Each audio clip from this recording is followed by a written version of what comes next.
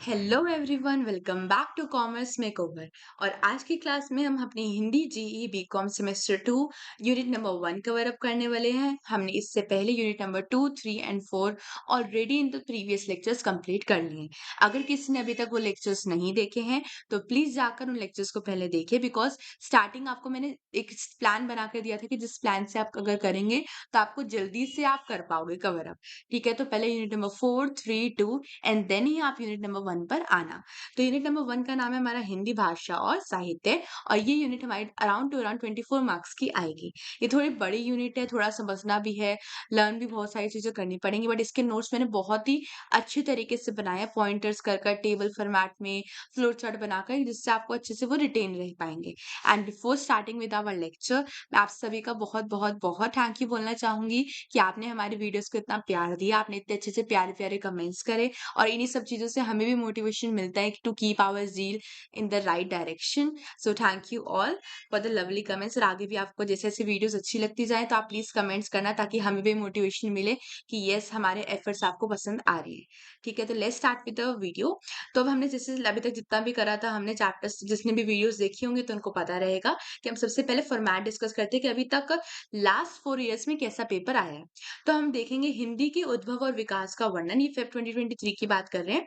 तो इसमें देखो, ये क्वेश्चन सबसे इंपॉर्टेंट क्वेश्चन है कि अगर तुम में से किसी को कुछ नहीं आता इस यूनिट का, अगर ये क्वेश्चन कर समझ लो 12 नंबर तुम्हारे आराम से हाथ में पक्के हो ही जाएंगे। ठीक है, क्योंकि 12 नंबर का राउंड टू राउंड आना है, क्योंकि इस यूनिट के आपके 2 क्वेश्चन आएंगे। 12 मार्क्स के ईच क्वेश्चन होंगे। पहला क्वेश्चन क होगा और ये क्वेश्चन नंबर 1 ही होगा। तो ये यूनिट नहीं आती होगी तो फिर आपका पहला क्वेश्चन ही नहीं आता होगा। तो इसको अच्छे से समझ लेना, ठीक है। अब इसके अंदर क्वेश्चन क्या दे रखा है उन्होंने कि हिंदी के उद्भव और विकास का वर्णन कीजिए, यानी हिंदी की भाषा के उद्भव और विकास को समझाना है। और में क्या दे रखा है, पूर्वी हिंदी बोलियों को अच्छे से समझाओ। नेक्स्ट क्वेश्चन नंबर ख की बात करें तो उसमें आदिकाल की प्रमुख विशेषताएं बतानी है, और नेक्स्ट उसी के और के अंदर भारतेंदु युग के बारे में बताना है। अभी हम डिस्कस करेंगे इसको। जुलाई 2023 में जो पहला क्वेश्चन है, जो मैंने बताया वो हर साल ही आया है, ये वाला क्वेश्चन, हिंदी भाषा और साहित्य का उद्भव और विकास के बारे में बताओ। वो क्वेश्चन सेम है, वो आना ही आना है। और में हमारे राजस्थान की बोलियों को संक्षिप्त में समझाना है। नेक्स्ट जो ख क्वेश्चन है वो बैक टू बैक पिछले 3 सालों में ना धाराओं पर आया है कि कौन सी भक्ति धाराएं थी, उसको मैं समझाऊंगी अभी कौन सी धाराएं थी, कौन सी हैं। ठीक है, तो राम भक्ति धारा पे आया है। ऑप्शन में छायावाद के युग के बारे में पूछा गया है। जैन 2023 में भी सेम क्वेश्चन, हिंदी भाषा का उद्भव विकास, और सेम ये भी सेम आ गया, राजस्थान की बोलियां। और नेक्स्ट ये भी सेम, राम भक्ति धारा और छायावाद के बारे में आया है। तो सेम ये उस दिन तो जैन 2024 का पेपर तो काफी सेम आया था। तो अगर इस बार भी सेम आ गया तो आपको अगर प्रीवियस ईयर्स आते होंगे तभी आप आगे का पेपर को अच्छे से कर पाओगे फ्लो के अंदर। जून 2024 के अंदर हमारा यही सेम क्वेश्चन आया, पूर्वी हिंदी वाला जो हम ऑलरेडी पीछे देखा था हमने। और हिंदी भाषा का सामान्य परिचय, यानी वही जो सेम क्वेश्चन मैं कह रही हूँ उसके अंदर भी सेम ही आंसर लिखना है। अब निर्गुण भक्ति धारा और कृष्ण काव्य धारा के ऊपर एक और क्वेश्चन आया है। तो हम स्टार्ट करते हैं क्लास को। तो देखो, मैंने यहाँ पे ना फ्लो चार्ट के फॉर्म में बताया है कि चैप्टर के अंदर है क्या। ठीक है, अब इतने सारे भी हमने पढ़ा, राम भक्ति धारा भी मैंने क्वेश्चन पढ़ाया तुम्हें, कृष्ण भक्ति धारा पढ़ा। ठीक है, तो अब इसको मैं समझाती हूँ कि क्या कैसे चल रहा है। तो मैं बताया हिंदी भाषा और साहित्य की अब हम बात कर रहे हैं, तो उसके अंदर हमारे 2-3 धाराओं को भी हमने अच्छे से समझना है। तो क्या बोले, सबसे पहले प्रमुख काल। काल क्या होता है, समय की बात करते हैं हम, पढ़ते हैं ना भूतकाल, भविष्यत काल, वर्तमान काल। तो यहाँ पर भी काल की ही बात करी गई, एक समय की बात करी गई है। ठीक है, अब इसमें 4 हमारे काल है प्रमुख। पहला है हमारा आदिकाल, दूसरा है हमारा भक्ति काल, तीसरा है रीति काल। ठीक है, और चौथा है हमारा आधुनिक काल। और आधुनिक काल के अंदर ही अभी हम जी रहे हैं। तब इन सबको मैंने अच्छे से डिवाइड करके बता दिया कि इसमें देखो अलग अलग क्वेश्चंस भी आते हैं। मैं आपको इंपॉर्टेंट भी बताऊंगी कि अभी क्या क्या इसमें से पूछा जाता ही जाता है। आदिकाल के एक नॉर्मल क्वेश्चन आता है कि काल को एक्सप्लेन करो 12 नंबर के अंदर। ठीक है, ये आ सकता है। भक्ति काल के अंदर भक्ति काल से नहीं पूछा जाता, उसके अंदर का पूछा जाता है कि निर्गुण शाखा के बारे में बताओ। इसका 12 नंबर का क्वेश्चन आया हुआ है। राम भक्ति काव्य के बारे में बताओ, कृष्ण भक्ति काव्य के बारे में बताओ, ये हमने अभी बताया था। अब रीति काल की बात करें तो रीति काल का अभी तक आज से पहले कभी क्वेश्चन नहीं आया, बट इसका भी हम एक बार देख लेंगे कि क्या होता है। जितना मैंने यहाँ पे लिखा है ना निर्गुण रीति काल के ऊपर, सिर्फ इसका इतना ही कर लोगे तो तुम्हें आइडिया मिल जाएगा कि है क्या। अब आधुनिक काल पे भी 2 क्वेश्चन आए, अभी हमने छायावाद का पढ़ा था और भारतेंदु वाला पढ़ा था। तो इसमें इम्पोर्टेंट भी यही है और यही सबसे ज़्यादा पूछे गए हैं। ठीक है? तो ये इसको हमने अच्छे से कवर अप करना है कि आदिकाल में क्या-क्या चीज़ें थी, किसके अंदर क्या-क्या हमें याद करना है, क्या इम्पोर्टेंट है, हमें एक-एक करके कैसे प्रेज़ेंट करना है पेपर, मैंने वो भी अभी तक जितने भी वीडियोज़ हमने देखी होंगी, उनमें बताया है। अब आदिकाल की बात करें, आदिकाल के समय की बताया गया है कि 1050 ईस्वी से 1350 ईस्वी तक ये हमारा समय चला था। भक्ति काल हमारा 1350 से 1700 तक चला, ये 1700 से 1900 तक चला और आधुनिक काल हमारा 1900 से चला और अभी तक भी आज वर्तमान में यानी प्रेजेंट में भी हमारा यही काल चल रहा है। अब हम आदिकाल की पहले एक बार आदिकाल को अच्छे से पढ़ लेते हैं, उसके बाद हम आगे बढ़ेंगे। तो आदिकाल में उन्होंने क्या बोला है कि इसकी मुख्य विशेषताएँ क्या हैं? आदिकाल की बात कर रहे हैं, जिसमें इसको हम ना आदिकाल को हम वीर गाथा काल भी कहते हैं। वीर गाथा यानी वीरों की गाथा, यानी वीर क्या है कि वीरों की गाथा की बात कर रहे हैं, जो वीर क्या है? जैसे हमारे सैनिक हो गए, उनकी बात कर रहे हैं। तो इसमें क्या बोले वीर रस की प्रधानता के बारे में पढ़ेंगे कि राजा कौन से राजाओं ने क्या-क्या वीरता भरा काम करा उसके बारे में पढ़ेंगे। अब भाषा की बात करें कि कौन सी भाषा यूज़ करी गई है, तो इन्होंने अपभ्रंश भाषा और पुरानी हिंदी भाषा का प्रयोग करा था। इनके प्रमुख कवि को आपको किसी को भी याद करने की ज़रूरत नहीं है। जो भी मैं इसका आदिकाल का आंसर लर्न कराऊँगी ना, उसी के अंदर ही मैं जो दिखाऊँगी वही लर्न करेंगे। क्योंकि देखो कवि इसमें इस चैप्टर को बहुत लर्न करना है। अराउंड 33 टू 35 पेजेज़ के चैप्टर के नोट्स हैं आपके। मतलब मैंने थोड़े शॉर्ट में बनाए हैं, मतलब short in the sense pointers में बनाए हैं तो इसलिए ज़्यादा बड़े लगेंगे। बट अगर आप पढ़ने पे जाओगे तो आपको पैराग्राफ्स इतने समझ नहीं आएँगे जितने आपको पॉइंटर्स समझ आएँगे। ठीक है? तो आगे बढ़ते हैं। भक्ति काल की बात करें तो भक्ति काल के अंदर हमने क्या बताया कि भक्ति से समझ आ रहा है कि हम भक्ति भाव की बात करेंगे। भक्ति किससे? ईश्वर की भक्ति, धार्मिक से रिलेटेड बात करेंगे इसके अंदर और इसमें 2 शाखाएँ हैं हमारी निर्गुण शाखा और सगुण शाखा। निर्गुण का तो हमने पढ़ा है, निर्गुण क्या था हमारा? बिना किसी आकार, रंग, रूप जो हमने लास्ट यूनिट में भी पढ़ा था। ठीक है? अब सगुण के अंदर भी हमारे 2 हैं, राम भक्ति के बारे में पढ़ना है और हमें कृष्ण भक्ति के बारे में पढ़ना है और ये अलग से भी बता रखा है, ये सारी भी हैं इसके अंदर। जैसे हमने कबीर की साखियाँ पढ़ी, रामचरितमानस भी इसी आपके सिलेबस के अंदर है बट मैंने उसको ऑप्शन में आपको छुड़वा दिया था और एक हमारा सूरसागर।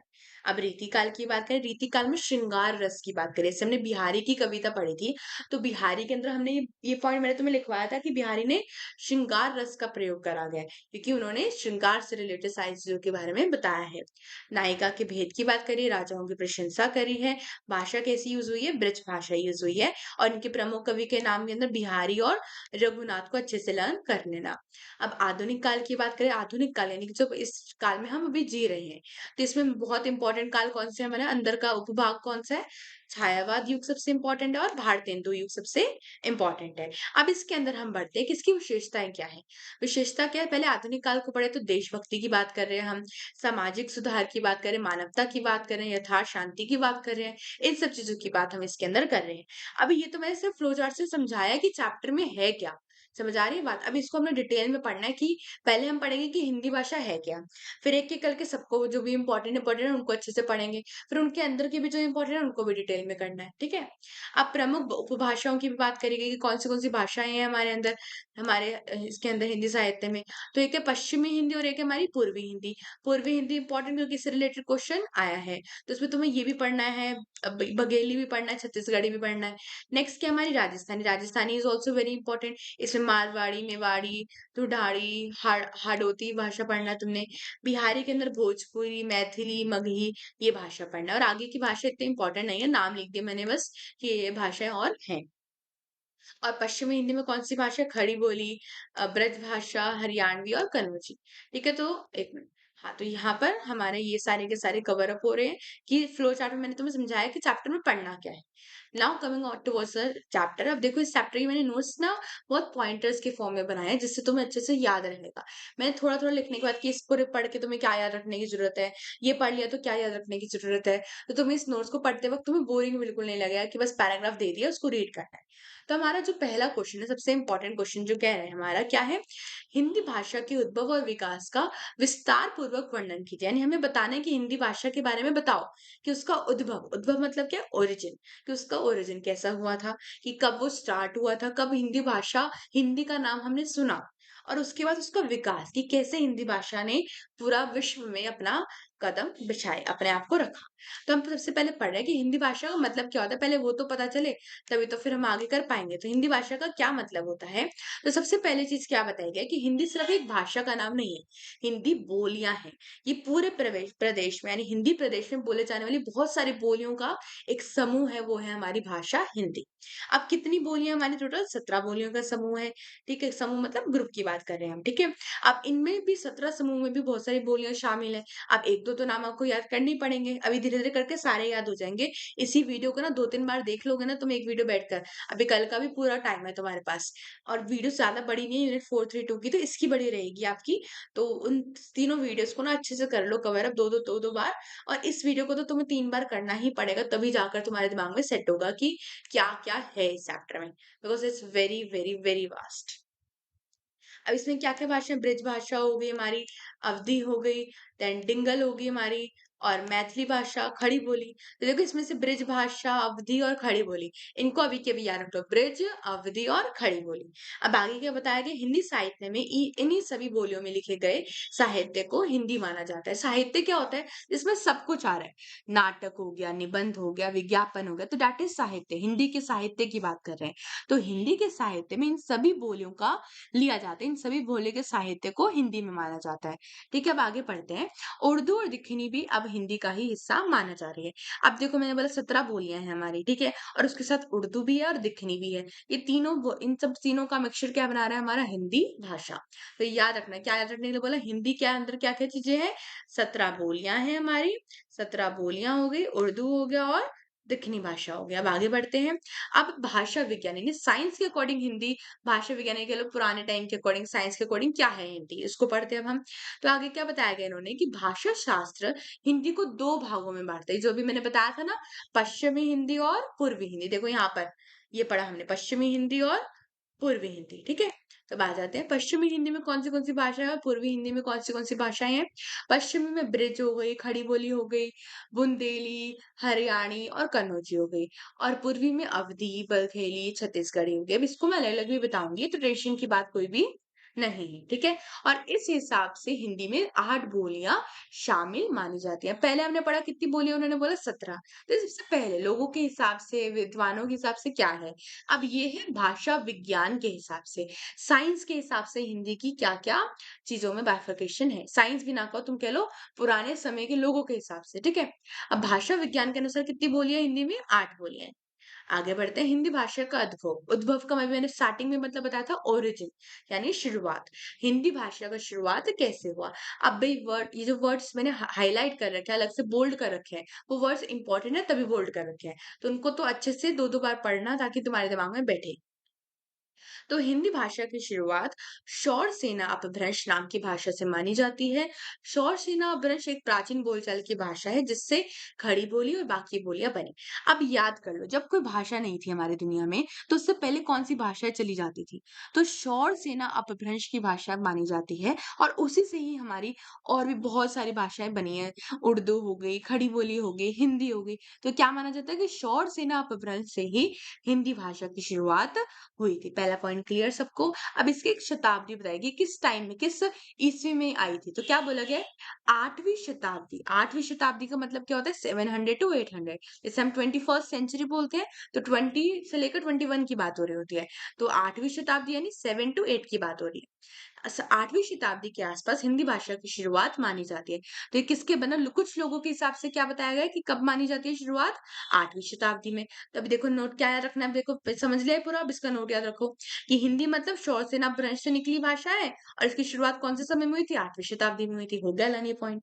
अब आगे आते हैं हिंदी का ऐतिहासिक विकास, यानी कि इतिहास में हिंदी कैसे आगे बढ़ी, कि कैसे हिंदी को हमने आगे बढ़ाया। अब हिंदी हमारी वो क्या कहते हैं ना राष्ट्रभाषा है, तो कैसे है उसको पढ़ना है हमें। पाली भाषा में हिंदी जैसे शब्द दिखाई देते हैं। प्राकृत काल में भी ऐसे शब्दों की संख्या बढ़ गई और अपभ्रंश काल में तो अराउंड कितने परसेंट से ज्यादा दिखाई दी?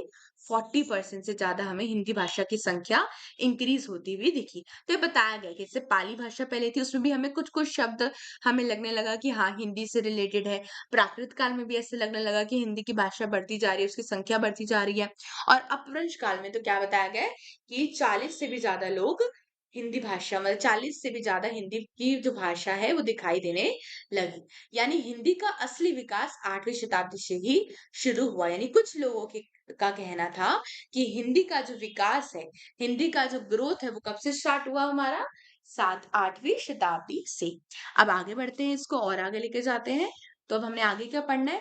तो अब इसमें जैसे अभी बताया मैंने कि पाली भाषा होती कौन-सी भाषा है?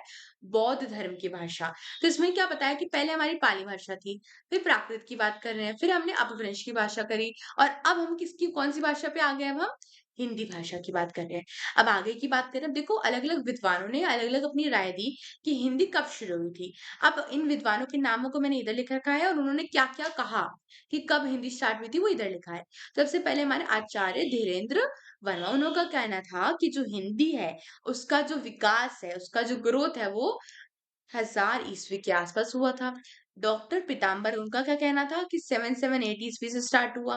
डॉक्टर रामकुमार वर्मा, उन्होंने क्या कहा कि 7वीं शताब्दी की जो 7वीं शताब्दी यानी 600 से 700 तक जो है, उसमें जो कविताएँ लिखी गई थी, उनमें हिंदी के शब्दों का प्रयोग हुआ था। राहुल सांकृत्यान ने उन्होंने क्या कहा कि हिंदी के पुराने रूप 7वीं शताब्दी से लिए गए हैं। यानी अभी क्या पता चल रहा है, ऑन एवरेज क्या हम निकालें इसका, अभी वो आगे बताऊँगी क्या निकला है हमारा। ठाकुर शिव सिंह के सेकर, उन्होंने क्या कहा कि 7वीं शताब्दी में ही पहले सबसे यूज़ हुआ। तो इसका कंक्लूजन क्या निकला कि कुछ लोगों का कहना है 700, अभी हमने ऊपर पढ़ा था 800 और अब कुछ लोग, एक जना क्या कह रहा है 1000वीं ईस्वी में भी हुआ। तो हम क्या कह सकते हैं कि कुछ विद्वानों के मानने में मानता है, यानी कुछ लोगों का मानना है, कुछ बड़े लोगों का मानना है कि जो हिंदी है उसका जो विकास है, उसकी जो शुरुआत हुई वो 700 से 1000 ईस्वी के बीच में हुई है। अब इस पूरा इतना सारी चीज़ें पढ़ी, इसका कंक्लूजन क्या निकला हमारा कि अभी हमने 800 भी पढ़ा, 10वीं भी पढ़ा, तो हिंदी भाषा की विकास एक लंबे समय से धीरे-धीरे हुआ है। ऐसा नहीं है कि बस आया और हिंदी का बस विकास होता चला गया। धीरे-धीरे स्लोली एंड प्रोग्रेसिवली हिंदी भाषा का विकास हुआ है। ये शौसेना अपभ्रंश से शुरू होकर पहली बोलियों के रूप में बनी, फिर शौ साहित्य में आई और बाद में एक भाषा के रूप में विकसित हुई। अलग-अलग भाषाविदों के मान्यता है, लेकिन ज्यादातर इसे 8वीं से 10वीं शताब्दी के बीच की भाषा मानते हैं। जब क्या बोला कि हर एक लोगों का अलग-अलग मान्यताएं हैं। तो अगर हम मेजॉरिटी ऑफ देखें तो सब लोगों का क्या कहना है कि 8वीं से 10वीं शताब्दी के बीच ही हिंदी भाषा का उद्भव हुआ था। अब हिंदी के उद्भव को लेकर 2 तरीके के मत हैं। मत का मतलब क्या होता है? विचार। कुछ लोगों का कहना है कि पहला विचार क्या है कि उसका उद्भव कब हुआ? 1000 ईस्वी के पास, तो अब उसके बारे में पढ़ते हैं। तो कुछ विद्वानों का मानना है कि हिंदी का जन्म लगभग 1000 ईस्वी के आसपास हुआ था, इसकी बात करी गई है। अब उनके नाम भी बता देंगे, डॉक्टर भोलानाथ तिवारी हो गए, आचार्य रामचंद्र शुक्ला हो गए, डॉक्टर धीरेन्द्र वर्मा हो गए। इन सब का कहना था कि हिंदी कब ओरिजिन हुई है? 1000 ईस्वी में हुई है। यही बताया गया कि उनका व्यवस्थित रूप कब से स्टार्ट हुआ? 1000 ईस्वी से स्टार्ट हुआ।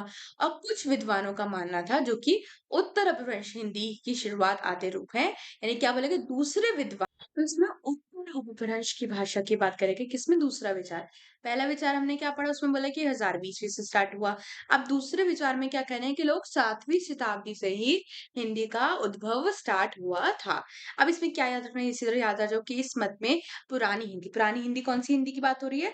उत्तर उपभ्रंश। हमने पहले अभी मैंने जो फ्लो चार्ट समझाया था उसी से ध्यान रखा करो कि क्या बोला मैंने। पहला हमारा पाली भाषा की बात कर रहे हैं हम, फिर प्राकृत भाषा की बात कर रहे हैं, फिर उपभ्रंश और फिर हिंदी की बात कर रहे हैं। तो ऐसे ही ध्यान रखोगे तो फ्लो में रहेगा, ठीक है? बार-बार वीडियो देखते रहना, 2-3 बार वीडियो देखने के बाद दिमाग में ऑटोमेटिकली सेट हो जाएगा। यूनिट 1 को करने का तो यही तरीका है, ठीक है? अब इससे हमने इतनी सारी चीज़ें पढ़ी, इसके इम्पोर्टेंट क्या है कि हिंदी का बोलचाल का जो रूप है, कि बातचीत करने का जो रूप है, वो 7वीं शताब्दी से मिल मिल जाता है, यानी स्टार्ट हो जाता है। लेकिन साहित्यिक और व्यवस्थित रूप 1000 ईस्वी के बाद ही दिखाई देता है। साहित्यिक कह लो या फिर कह लो साहित्य। तो इसमें हम किसकी बात करते हैं? जैसे कि अभी मैंने बताया था कि निबंध हो गया, विज्ञापन हो गए, बड़े-बड़े लेटर लिख रहे हैं, ये सब चीज़ें साहित्य में ही आते हैं। तो इसमें हिंदी का जो विकास था, हिंदी का जो ओरिजिन था, वो 1000वीं ईस्वी के बाद ही दिखाई देता है। यानी अगर हम माने तो अगर मैं बिल्कुल मिड एवरेज निकालूँ, तो हिंदी का विकास क कितना साल पुराना हो गया अब हमारा? 990 इयर्स एगो की बात है कि जब हमारा हिंदी का विकास आया था, यानी हिंदी भाषा दुनिया में पहली बार बोली गई थी, यानी देखी गई थी। अब आगे एक और है हमारे डॉक्टर धीरेन्द्र वर्मा का काल विभाजन। उन्होंने 3 काल में इनको बाँटा। पहला है हमारा प्राचीन काल, जो कि 1000 ईस्वी से पहले की बात कर रहा है और 1500 ईस्वी तक की बात करता है, यानी 1000 से लेकर 1500 तक की बात कर रहा है। इसमें क्या बोला है, इस समय हिंदी पर उपभ्रंश और प्राकृत भाषाओं का प्रभाव था। हिंदी की बोलियां अभी तरह पूरी तरह साफ और तय नहीं थी। यानी अब देखो स्टार्टिंग की बात है, स्टार्टिंग में कोई भी चीज फिक्स नहीं है, तो ये बोला कि हिंदी की भाषा का जो उपभ्रंश है वो पहले उपभ्रंश भाषा से निकला, फिर प्राकृत का भी प्रभाव पड़ा थोड़ा थोड़ा। पर हिंदी की जो बोलियां हैं वो भी प्रॉपर तय नहीं थी कि यही बोला जाएगा, इसी शब्द को हम ऐसे प्रोनाउंशिएट करेंगे, ये सब चीजें। तो इस समय में कौन सी सामग्रियां यूज करी गई थी, सामग्री यानी कि क्या क्या चीजों की बात करी गई है। सबसे पहले कुछ लोगों ने बोला कि शिलालेख और ताम्रपत्र। इसके अंदर मतलब कि शिलालेख और ताम्रपत्र के अंदर क्या बात करी गई है, हमने क्या-क्या मिलता है इससे, कि जो भी चीज़ें पत्थरों पर लिखी गई हैं, तांबे के प्लेटों पर लिखी जानकारियाँ, जो पहले के टाइम पे लोगों ने लिखी थी, उससे रिलेटेड जो हमें मिल रहा है। उपभ्रंश साहित्य, उसमें क्या पढ़ा हमने कि उपभ्रंश भाषा से जो लिखा गया है हमारा साहित्य, उसकी बात कर रहे हैं। चारण काव्य, उसमें किसकी बात कर रहे हैं, चारणों के द्वारा जो भी लिखा गया है। और ये चारण काव्य का ध्यान रखना है, कब की बात हो रही है, हमारे राजस्थान के एरिया की बात कर रहे हैं हम। हिंदवी की बात करें या पुरानी खड़ी बोली की बात करें, तो ये खड़ी बोली के ही पुराने रूप से ही निकाला गया है। अब इस सब में इतना सारी चीजें पढ़ी, इसमें क्या ध्यान देना है हमें, कि उस समय हिंदी को सरकार या राजाओं का समर्थन नहीं मिला था, यानी कि नो गवर्नमेंट सपोर्ट। ठीक है। फिर भी जनता की भाषा होने के कारण हिंदी लोक साहित्य और धार्मिक ग्रंथों में लगातार बढ़ती रही। कि पहले के टाइम पे देखो कोई भी चीज ग्रोथ करनी है तो उसके लिए हमें देखना पड़ेगा कि कहाँ कहाँ कैसे कैसे किन किन जगहों पर वो चीज फैली हुई है। तो उसको गवर्नमेंट की तरफ से सपोर्ट नहीं मिला, बट पहले के टाइम पे। अब आज हमारी हिंदी राजभाषा है तो कैसे है, because for the government role only. ठीक है। तो अब क्या बोला गया इन्होंने कि जो साहित्य हो गया, धार्मिक ग्रंथ थे, बड़े बड़े पुस्तकें लिखी गई, उन सब में हिंदी भाषा का जो उद्भव है वो देखने को मिला था। आगे केवल राजस्थान के बुद्धिजीवियों और जैन कवियों के कारण हिंदी का बहुत विकास हुआ था। अब फटाफट आ जाओ मध्यकाल पे, थोड़ी स्पीड में करना पड़ेगा इसको क्योंकि बहुत सारे पेजेस है इसमें। ठीक है। देख लो यहाँ पे 33 पेजेस। ठीक है। तो मध्यकाल यानी 1500 से लेकर 1800 ईस्वी तक की बात करें, इसमें क्या बोला गया है कि अब अपभ्रंश भाषा जो थी वो अब खत्म हो गई थी 1500 तक। अब उससे बिल्कुल छुटकारा मिल गया, अब नई नई बोलियां बन गई।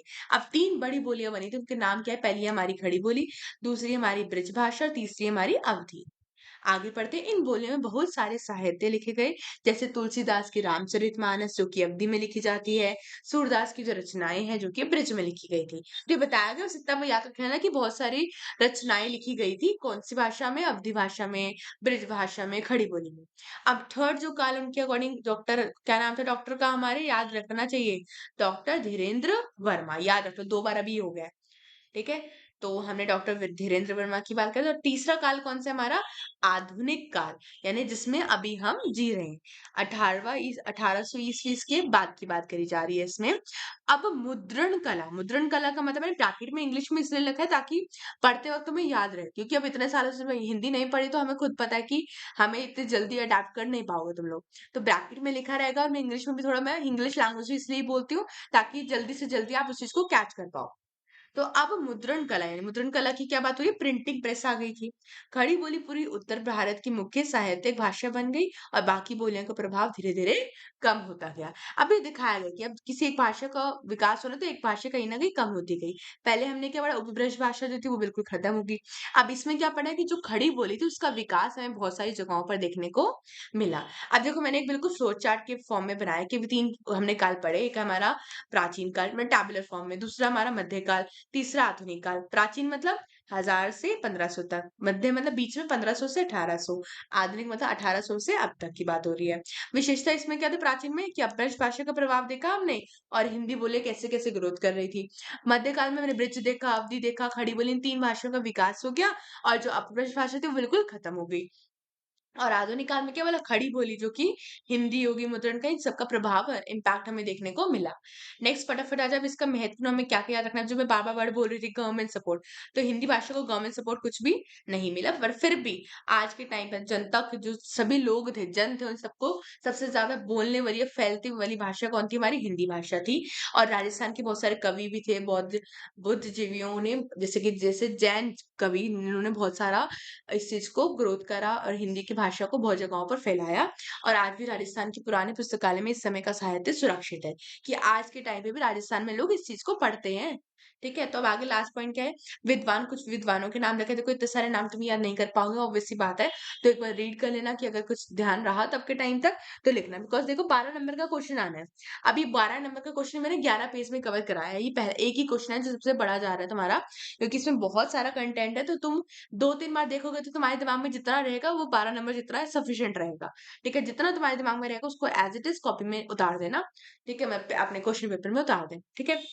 अभी ये समझ आ गया, अब आगे बढ़ते हैं। अब क्या बोले, प्रारंभिक हिंदी की ध्वनि और शब्द संरचना में क्या-क्या बदलाव आए? अब पहले हिंदी नहीं थी, संस्कृत हो गई, अपभ्रंश भाषा हो गई, खड़ी बोली हो गई, उन सब हिंदी में आए हम। तो हिंदी में आने के लिए उन भाषाओं में क्या-क्या चेंजेस करें? पहला, स्वर में क्या बदलाव आए? स्वर क्या मतलब होता है इंग्लिश में बोले तो वॉवल्स, जैसे अ, आ, ई, उ, ओ, ए और ओ। पहले ये जो अपभ्रंश भाषा थी उसमें कितने स्वर थे टोटल? 8 स्वर थे, 8 वॉवल्स थे। पर हिंदी में तो 2 नए स्वर जुड़े, जैसे कि ए भी जुड़ा और ओ भी जुड़ा, यानी बड़ा ए, बड़ा ओ ये जुड़ा। अब व्यंजनों की बात करें, कौन से व्यंजन जुड़े हिंदी में जो हमारी हिंदी भाषा में नहीं थे? हिंदी भाषा बनाने के लिए ड और व। स्पर्श व्यंजन की बात करें तो संस्कृत, पाली, प्राकृत के स्पर्श व्यंजन, जैसे कि यानी संस्कृत में जो यूज़ होते हैं, पाली भाषा में यानी कि बौद्ध धर्म की भाषा में, और प्राकृत भाषा में क्या-क्या यूज़ होते हैं? च, छ, ज, झ, इनसे बात कर रहे हैं। हिंदी में स्पर्श संघर्षी जोड़ता बन गया। तो ये बताया गया कि इन सब चीज़ों को हमने चेंज करा।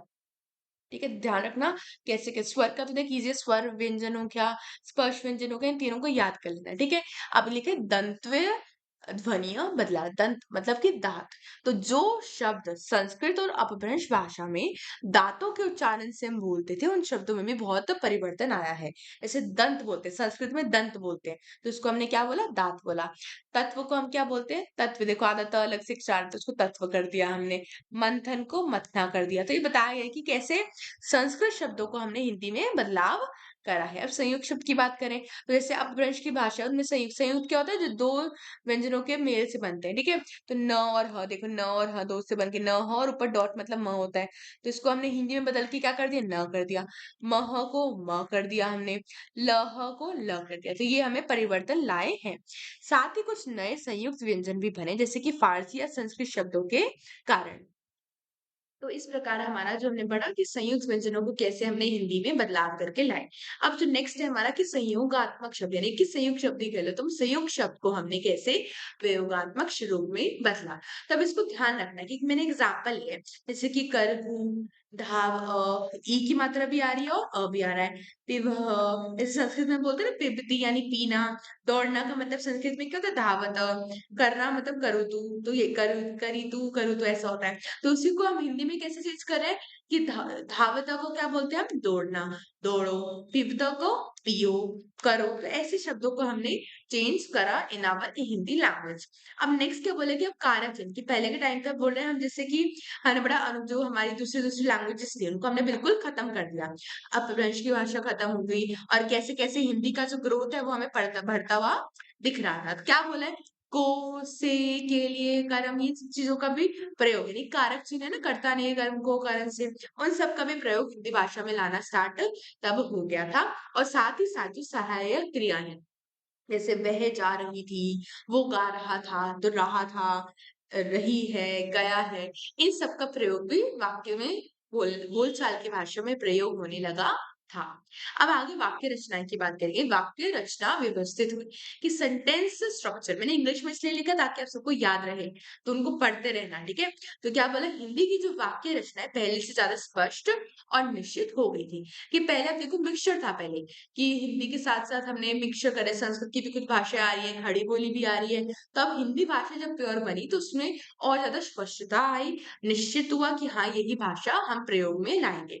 शब्दों की व्यवस्था यानी वर्ड ऑर्डर भी तय हो गया, कि ऐसे क, ख, ग, घ ऐसे पढ़ते हैं, तो ये वर्ड ऑर्डर की बात यहाँ पे चल रही है। नेक्स्ट क्या बोला कि नपुंसकलिंग लिंग का लोप। लोप का मतलब क्या होता है? कोई चीज़ को हटा देना। तो हमने 3 स्त्रीलिंग होते हैं हमारे, कौन से होते हैं? पुल्लिंग हो गया, स्त्रीलिंग हो गया और नपुंसकलिंग हो गई। संस्कृत में पढ़ते हो, संस्कृत में हर एक चीज़ के पुल्लिंग भाग के सारे लिखो, स्त्रीलिंग के लिखो, नपुंसकलिंग के लिखो, ठीक है? तो ऐसे ही जब हिंदी में उस चीज़ को लाए गए हम, यानी ये अपभ्रंश भाषा है। मैं बार-बार संस्कृत बोल रही हूँ बट ध्यान रखना, मतलब काम उसको संस्कृत जैसा बट है वो अपभ्रंश भाषा, ठीक है?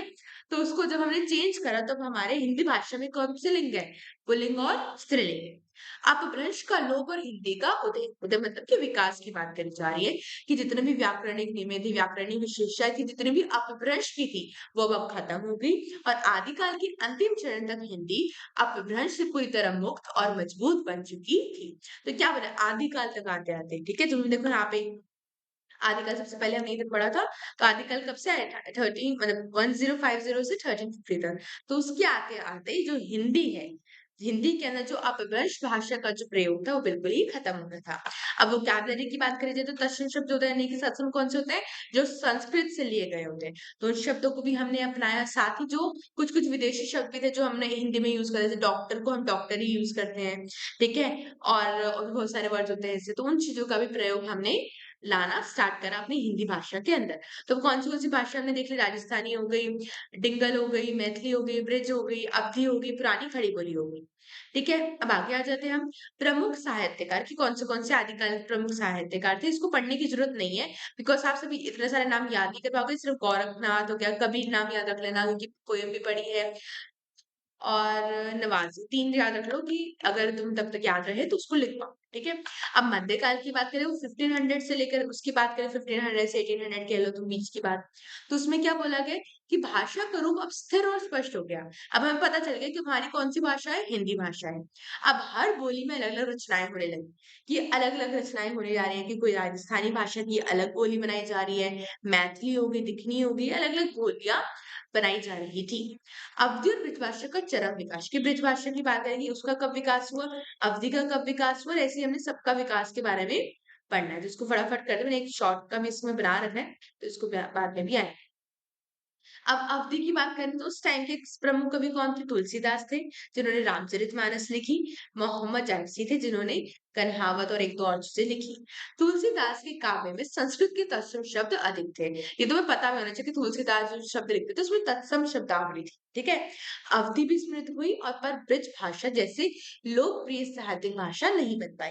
तो ब्रज भाषा को बोला जाता है कि वो लोकप्रिय की भाषा है। तो अवधि का समृद्ध हुआ कि वो अच्छी भाषा बनी, बट उसमें फिर भी ब्रज भाषा जैसी लोकप्रिय भाषा वो नहीं बन पाई। खड़ी बोली का भी बहुत विकास हुआ, संतों की साखियाँ, पदों में खड़ी बोली के शब्द मिलते हैं। कुतुब शतक में खड़ी बोली का पुराना रूप दिखता है। तो बताया गया कि खड़ी बोली में भी ऐसे क्या-क्या दिखे जाते। तो कुतुब शतक एक लिखी गई थी, उसके अंदर भी खड़ी बोली के रूप दिखते हैं। दिखनी भाषा की बात करें तो उसमें बताया गया कि कौन सी रचनाएँ हैं। नुसरती, मुकीसी, आजीज़, मीरा हाशमी, अनब निशाती, हाँ, ठीक है? तो दिखनी को उस समय हिंदी, हिंदवी, देहलवी आदि नामों से भी जाना जाता था। तो बोला जाता है कि अगर दिखनी भाषा बोल रहे हैं तो मतलब कौन-सी भाषा है वो? हिंदी भाषा है। तो पहले हिंदी को हिंदवी भाषा, देहलवी भाषा इस नाम से भी बुलाया जाता था।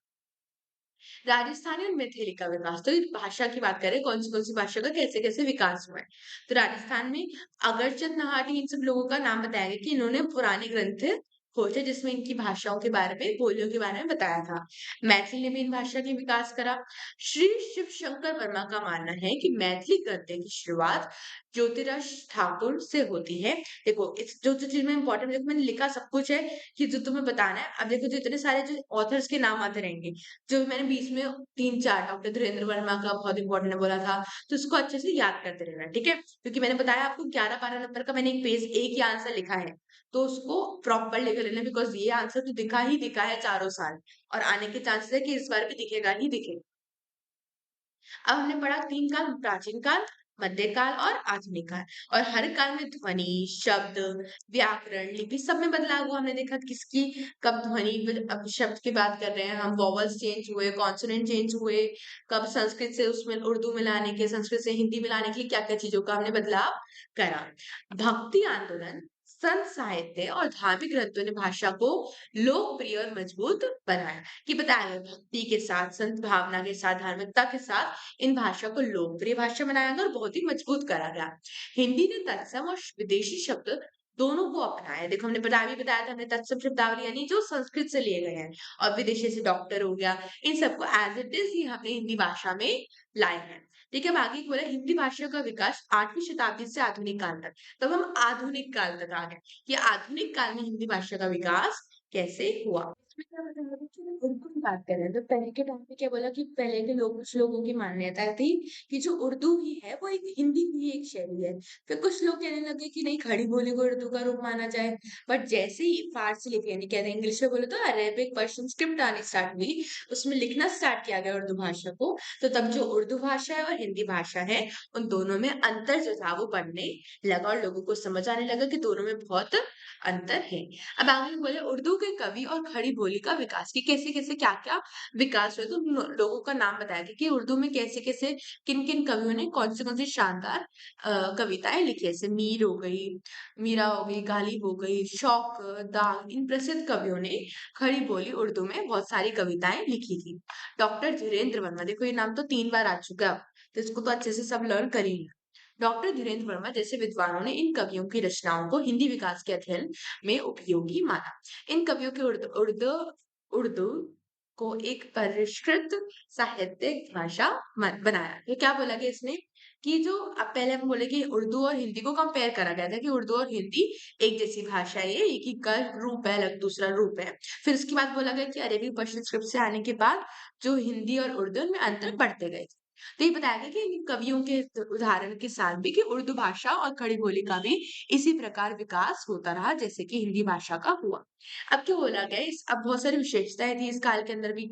अब पहला क्या है फारसी का प्रभाव कि अब 5 नए व्यंजन जैसे क, ख, घ, ज, फ अब देखो जो नीचे डॉट लगती है फ के नीचे जो हम डॉट डालते हैं ना ये वाली, तो इसकी बात करेंगे यहाँ पे सबके नीचे डॉट डली हुई है तो ध्यान रखना।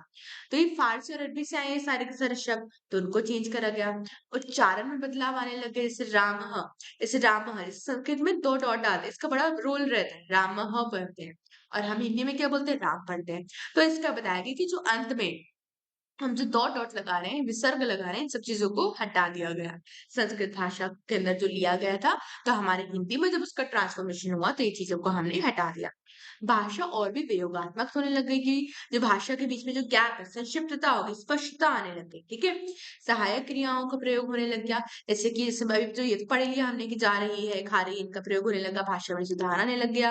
पारसी शैली का प्रभाव ये हमने ऊपर पढ़ लिया, इसको शॉर्ट समराइज़ कर रखा है पॉइंट के अंदर। तत्सम शब्दावली यानी संस्कृत के लिए के शब्दों को भी प्रयोग आने लग गए। विदेशी भाषा जैसे कि साबुन का यूज़ करना, टेबल जो अंग्रेजी का शब्द है उसको भी हमने यूज़ करा। तो आधुनिक काल का अब हमने यहाँ तक हमारा दूसरा वाला काल भी हमारा पूरा खत्म हो गया।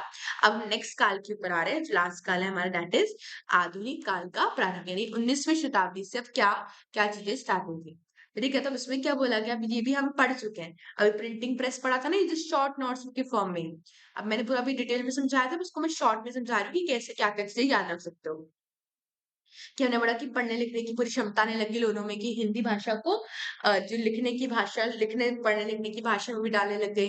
प्रेस में भी छपाई होने लगी हिंदी भाषा की, उसका पूरा विचार होने लग गया, उसको लोग अवेक कर रहे थे लोगों को।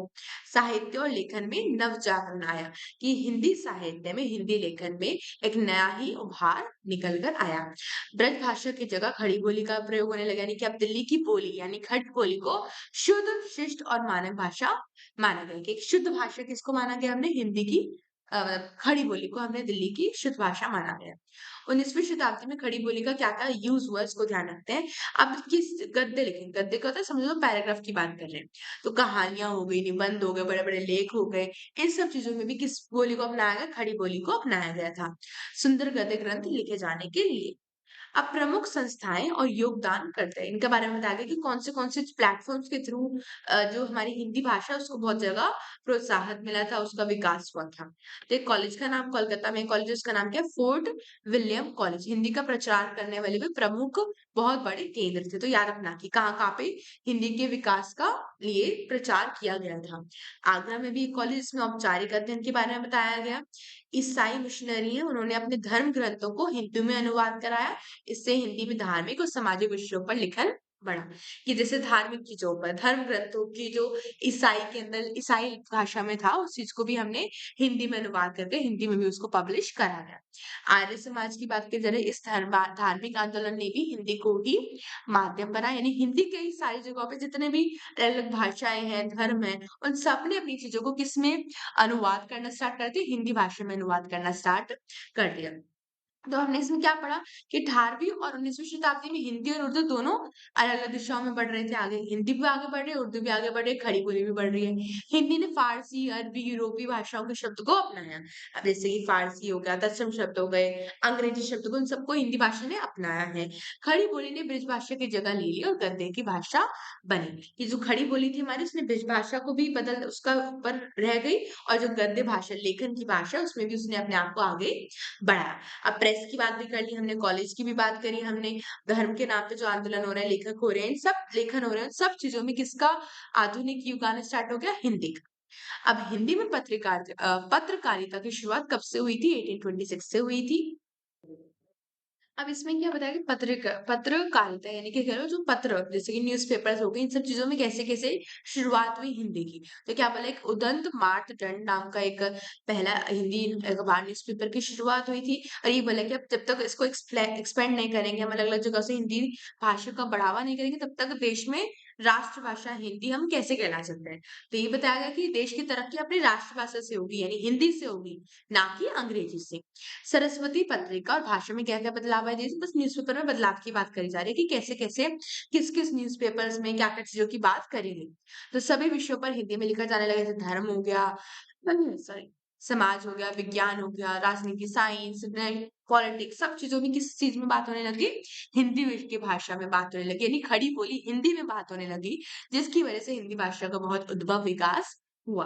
अब आज़ादी के बाद की बात करेंगे, सरकारी भाषा बना दी गया यानी हिंदी भाषा को, जैसी आज़ादी के बाद हमारी आज़ादी जब मिली हमें, उसके बाद हिंदी भाषा को सरकारी भाषा, राजभाषा घोषित कर दिया गया था।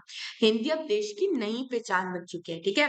अब जैसे पुरानी हिंदी, लेकिन हिंदी की पुरानी बोलियाँ जैसे ब्रज, अवधि धीरे-धीरे बदल रही थी कि ब्रज भाषा में भी कुछ ना कुछ परिवर्तन आ रहा था, अवधि में भी परिवर्तन आ रहा था, ठीक है? अब आगे क्या बोले कि आगे वाले टाइम में, भविष्य में जो तुलसीदास हो गए, सूरदास हो गए, उनकी भाषाओं को समझना लोगों के लिए मुश्किल भी हो सकता है। ठीक है? कि उन्होंने बहुत ही अलग-अलग भाषाओं का मेल लेकर बनाए गए हैं अपनी कविताएँ। तो भाषा में क्या-क्या बदलाव है? शब्दों का उच्चारण, उच्च बोलना कैसे बदला? जैसे ऋषि को रीहि, बात करें कृपा को कृपा ऐसे कर दिया गया, डॉक्टर, कॉलेज ये अंग्रेजी से आए हैं लेकिन अब हिंदी में बोले जाते हैं हमारे, यानी इसमें आ ध्वनि, डॉक्टर ऐसे बोल रहे हैं, कॉलेज मतलब ऐसे वैसे अगर पढ़ेंगे हिंदी में तो कॉलेज पढ़ेंगे, और इंग्लिश में इसको कॉलेज बोलेंगे हम।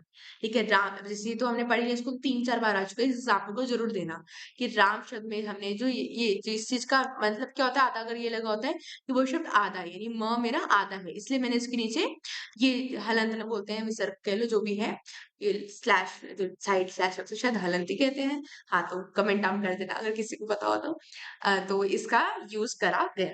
तो क्या बोला गया, जो कि आधा श दिखाने के लिए बोलते हैं कि ये म आधा है, तो इसलिए हम नीचे संस्कृत में क्या लगा देते हैं उसके नीचे? ये। तो इस चीज़ को हमने हटाया, इस चीज़ का हटाना स्टार्ट करा कि बोलने में हम को नहीं लाएँगे। रामः, रामू ऐसे निकालेंगे, राम, लक्ष्मण ऐसे ही बोला जाएगा। अब विदेशी, जैसे कि विदेशी शब्द का भी प्रयोग करें, जैसे स्क्रीन, ट्रेनिंग, डॉक्टर, इन सब चीज़ों का प्रयोग लाना स्टार्ट करें। जैसे फणी, फणी का मतलब क्या होता है? सर्प, साँप की बात करें। संस्कृत का शब्द को हम हिंदी में लाए, तत्सम शब्द की शब्दावली की बात करी जा रही है। और ब अब दोनों होठों से बोला जाता है। जैसे अगर अभी ब बोल के देखोगे, तो तुम देखोगे कि तुम्हारे दोनों लिप्स क्लैश में बंद होते हैं, फिर उसके बाद तुम ब शब्द बोलते हो। आगे वियोगात्मक हो गए, यानी कि वियोगात्मक का मतलब क्या? शब्द और क्रिया अलग-अलग होने लग गए कि शब्द में एक अलग से 4 हैं, क्रिया मतलब काम करना, वो सब अलग होने लग गया। व्याकरण और वाक्य रचना भी तय होने लगी कि किस नियमों के अनुसार हम हिंदी में पढ़ेंगे।